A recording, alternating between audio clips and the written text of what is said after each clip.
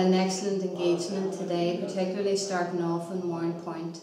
And I met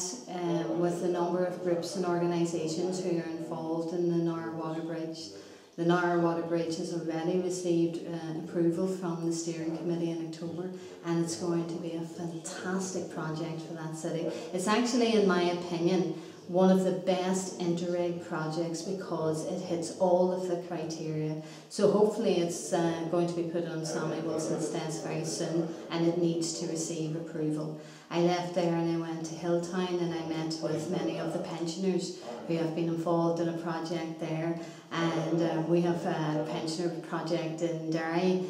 where I live, and they're called Recycle Teenagers, and I have to say some of the people that I met today really fit into that category because they are very, very active, and it was brilliant to have a conversation and engagement and to hear all that they were doing. I then met with the Loughin Island family, and it was the first time that I was able to drive past the pub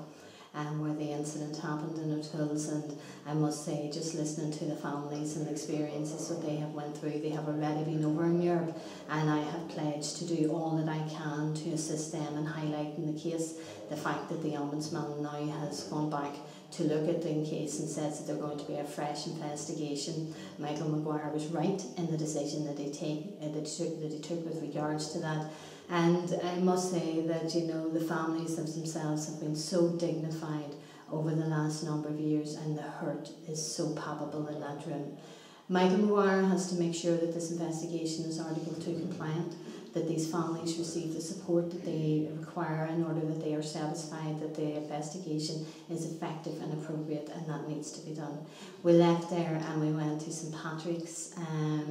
We seen the cathedral, and we also went to the centre, and I must say, in terms of Downpatrick, there is an opportunity there to promote tourism in a way that struck me that particularly Americans and people coming in abroad would love to go to Downpatrick and to have the experience, and what the centre provides, I think, is a great historical outline of all the sort of the historical train of St Patrick, and I would advocate anybody that's looking at this that hasn't gone there to go and see it. Afterwards we then met with a number of groups and organisations who are involved particularly around rural development and looking at the rural community and looking at the needs of the rural community and Peace 3 money and community relations. And I met one of the gentlemen who was very keen to find out what was happening in CAP reform in terms of agricultural policy reform. So we had a very, very good engagement, and I think it could have went on a lot longer.